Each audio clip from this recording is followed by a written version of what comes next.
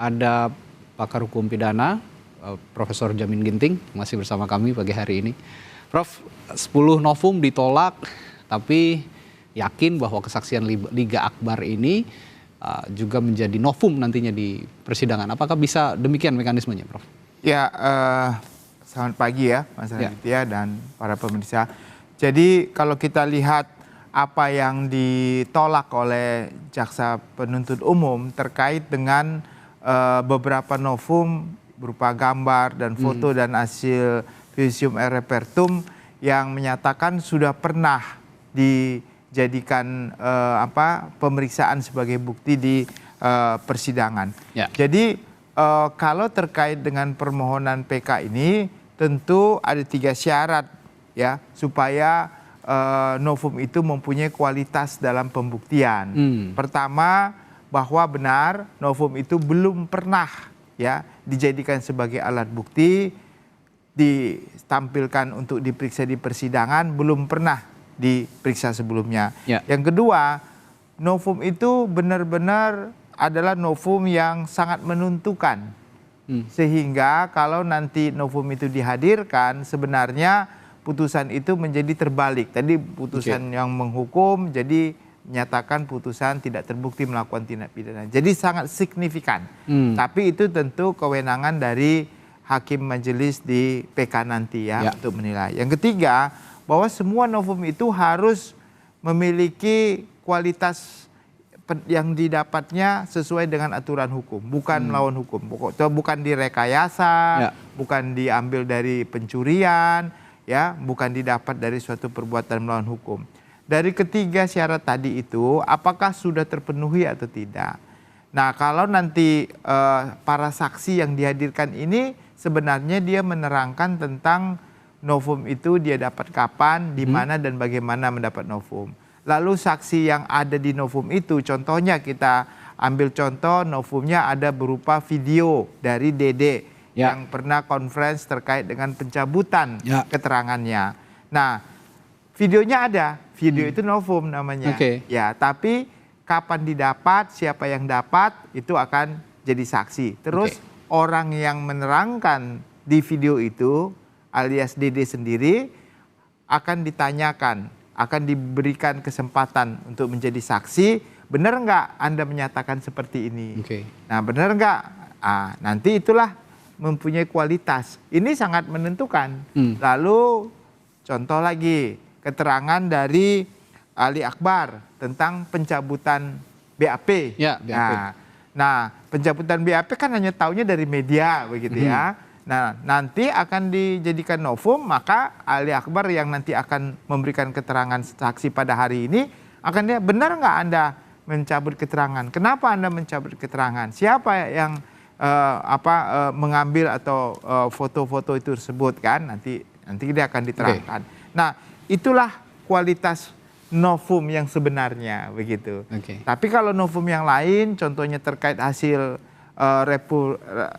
visum et repertum atau foto-foto, kalau fotonya dia foto sendiri, bukan berasal dari foto yang tidak ada aslinya, itu agak lemah. Lemahnya kenapa? Karena takutnya foto itu kan bisa saja tidak akurat ya, atau foto itu memang bagian potongan dari beberapa kejadian yang keseluruhannya tidak lengkap begitu.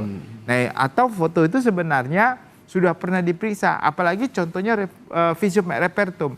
Visum et repertum itu kan sebenarnya diambil oleh penyidik ya, dijadikan dasar untuk pertimbangan hakim gitu. Tentunya visum et repertum itu harusnya sudah pernah dipertimbangkan karena itu sebagai bukti kan. Nah, cuma mungkin orang yang menemukan visum et repertum itu baru tahu dia, oh itu ada visum et repertum, sebelumnya kami nggak tahu ada visum et repertum. Tahunya kapan? Tahunya baru sekarang begitu. Nah, bagaimana? Sudah pernah dipertimbangkan sebelumnya, tapi baru diketahui sekarang. Sebagai kualitas suatu novum itu bisa nggak? Kalau novum mungkin bisa karena baru, tapi karena sudah pernah dipertimbangkan, jadi nggak perlu dipertimbangkan lagi harusnya begitu.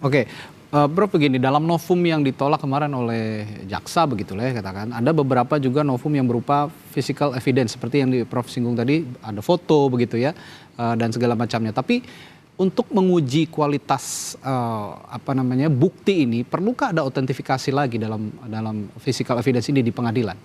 Ya tentu, kalau bicara tentang foto, tentu ada ahlinya nanti yang menerangkan kalau foto itu memang foto yang diambil dan akurasi kebenaran foto itu bukan rekayasa, itu benar-benar dalam hal ini begitu. Ahli digital forensik begitu atau ahli kalau ada digital IT? forensik boleh untuk menerangkan ke otentitas daripada suatu bukti, dia harus menerangkan karena nanti itu kan menjadi catatan untuk dibawa ke PK ya hakim.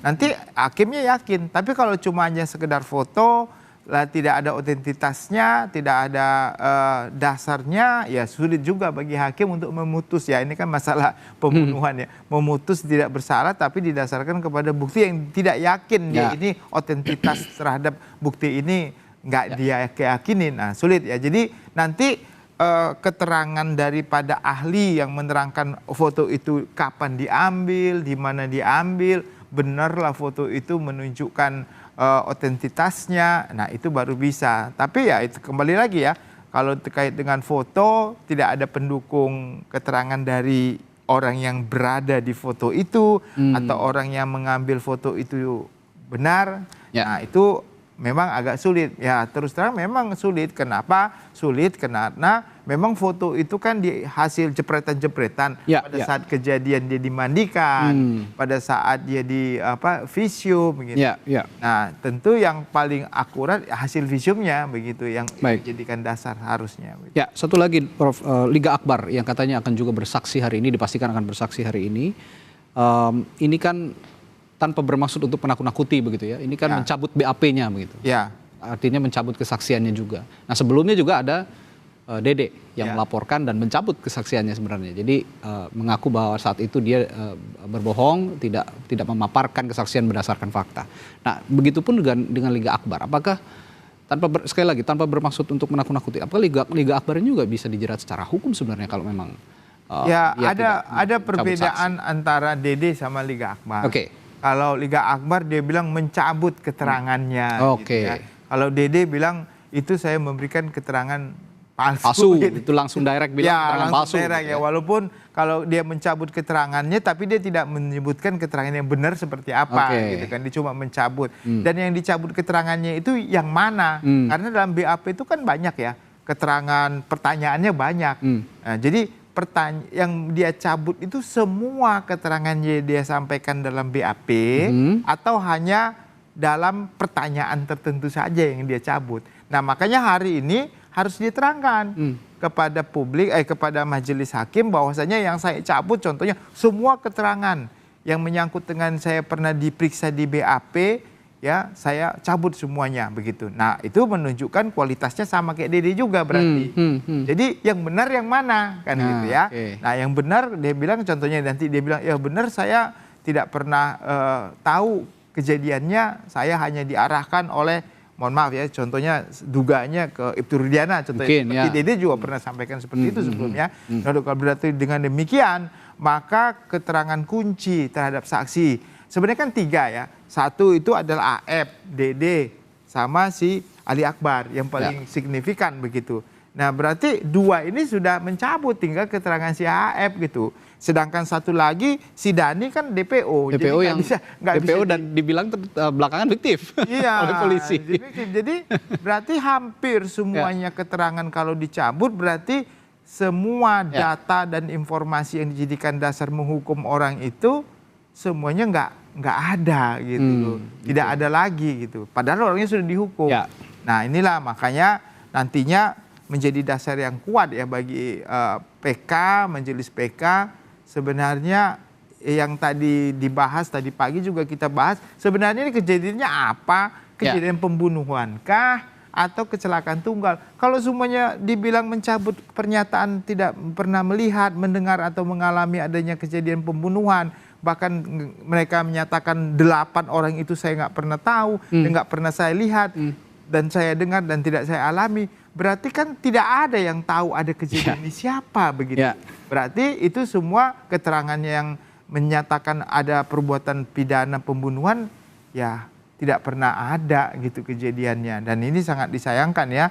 Ya, makanya tinggal hakimnya lah nanti bagaimana menilai. Menurut saya kalau benar-benar ini disampaikan di ruang persidangan secara resmi, ini menjadi data otentik yang cukup kuat untuk bisa mengungkapkan ya sebenarnya kejadiannya apa sih, apakah benar-benar kecelakaan tunggal atau pembunuhan berencana. Oke, termasuk nanti saya akan tanyakan kepada Anda setelah jeda, Prof, soal Liga Akbar ini juga, kalau memang dia mencabut katakanlah sebagian BAP yang sudah diutarakan kepada pihak kepolisian, nanti juga misalnya di sidang digali begitu oleh majelis ketika Liga Akbar ini mengaku ada intimidasi, apa dampaknya bagi status hukum Liga Akbar maupun juga para terpidana yang lain yang berada masih dalam tahanan dan menjalani hukuman. Kami akan tanyakan itu dan bahas itu bersama Profesor Jamin Ginting setelah jeda di Breaking News Kompas TV. Tetaplah bersama kami.